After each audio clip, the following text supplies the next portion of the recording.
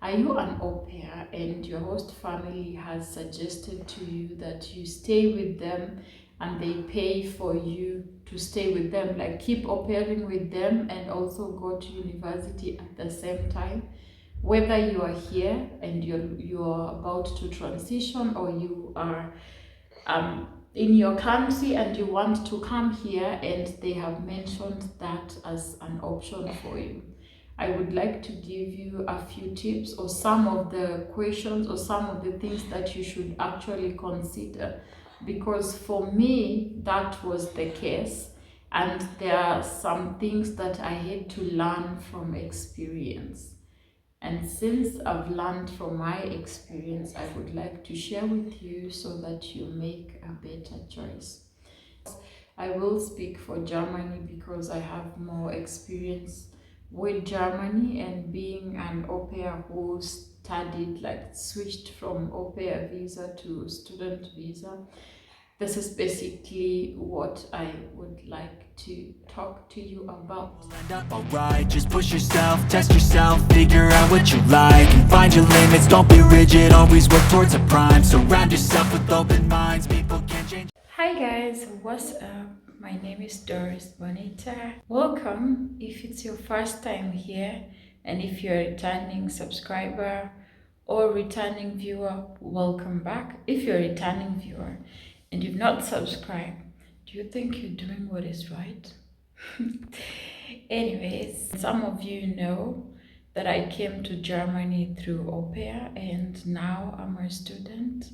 I'm actually doing my internship right now. I still have 2 more months. It's like some type of semester abroad, but because I am not originally from Germany, I am allowed to stay in Germany. Yes, but for those who come from Germany or did their primary school, so to say, Abschluss, so to say, they are not allowed to do their semester abroad here.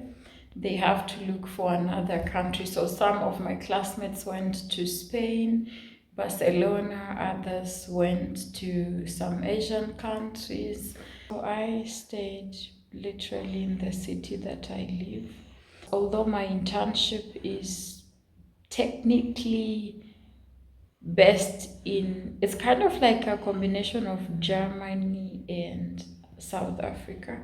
So the groundwork is in South Africa, and basically the offices of the address, the main address is in Berlin. And what we do is we people who have like this thing with environment conservation, but mostly protecting wildlife and just making sure improving biodiversity. I work in a foundation called MS Foundation. You can go and check it out on Google. Anyway, so basically I would like to speak with au pairs or to au pairs, and this is how I want to start. You need to know how you guys will work it out. The times that the children are sick and can't go to school, how are you going to solve that? You need to have some type of agreement. What happens when your university timetable collides with their schedule? With the schedule of children, you need to talk about that also. Another thing is you need to really make sure that you are willing to stay with them. If your course is 3 years, make sure you've counted your cost and you're willing to stay with them for 3 years. Because immediately you switch your visa to student, and they write for you the Verpflichtungserklärung. It's an obligation letter that says that you're under them and they will take care of you for those 3 years that you're here with them. This is a binding document because it will take the mercies of God to really set you free. Because in some way you're trapped with this family, and if you really are not sure of this decision, And let me talk now as a Christian. If you're not sure this is the will of God for you, then I would definitely advise you to go for other options like Ephesion or Ausbildung and stuff like that.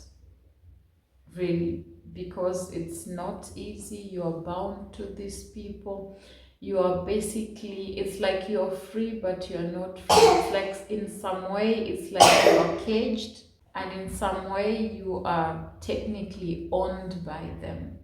And somehow there would always be that feeling of you need to please them, you need to do what they want you to do, even if you don't feel like doing it. And sometimes it can be exhausting, especially if you're not a young person. For example, for me, I'm 26. I mean, right now I would like to just, live my own life freely. But when you're under your host family, you really are under your host family. And if there are people who do not know how to plan or have some, I don't know, like life complications. Like for example, for my case, my host mom is a doctor, my host dad is a businessman. That means my host dad being a businessman, it means he's always on the road traveling for business meetings. My host mom, on the other side, she's always being called in the hospital. Sometimes she would go for 25 hours, 27 hours. You know what that means? It means you're the mother at that time. And because they're paying for you, you will have to oblige to that. Not even, I mean, yeah, for me in the beginning, they were paying for me just as a thank you, but right now I pay my own school fees. But all the same, because I'm under them, I'm technically their Aupair as much as I'm under a student visa. It is not easy. So you really need to make sure that this is something that you want, because you are tied to these people until you finish your school. If you are not sure if this is the will of God, don't do it. Because for me, this was the will of God. This is what God told me, and it's still God who tells me. So I don't really move if He's not told me to move.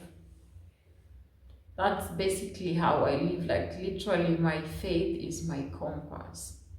So if you are not 100% sure that this is what God wants from you or has for you, please, I will advise you to just go to other options, because I feel like there is more freedom in that. If you do, for example, Ephesion, like I have a friend who came as an au pair, did Ephesion, and now she's working. Like she switched from Ephesion to a work visa because she had a degree from Kenya already.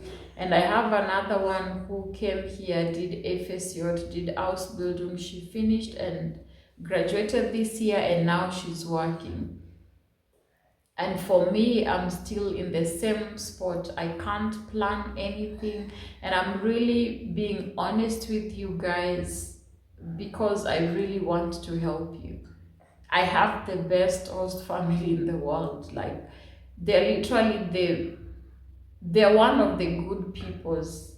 Somehow they're one of the good people in kind of in the human standard, like they are nice people, they try to help me, they are my sent people, but I tell you, everything has a price and it's not an easy one to pay. So you really want to make sure this is what you want, because for me, somehow I don't have that freedom. It's like you're free but you're not free, and sometimes you have to move with their schedule. Actually, not sometimes, but you have to move with their schedule. That means you show up when they need you, you show up when they want you. And if you don't have good planning with your host family, then it's gonna be strenuous for you. So really make sure that you look into these things before you bind yourself on anything or to anything. I really hope that helps. Like, really consider all these things if this is something you really want. Don't make this decision out of excitement that you will be in the university abroad. You know, I know everything has a price. Just make sure you are paying the right price for the right thing. You get? I hope that helps you. And if you have any more questions, please reach out to me at Doris Bonitah on Instagram or even in the comment section. See you in my next video, and bye.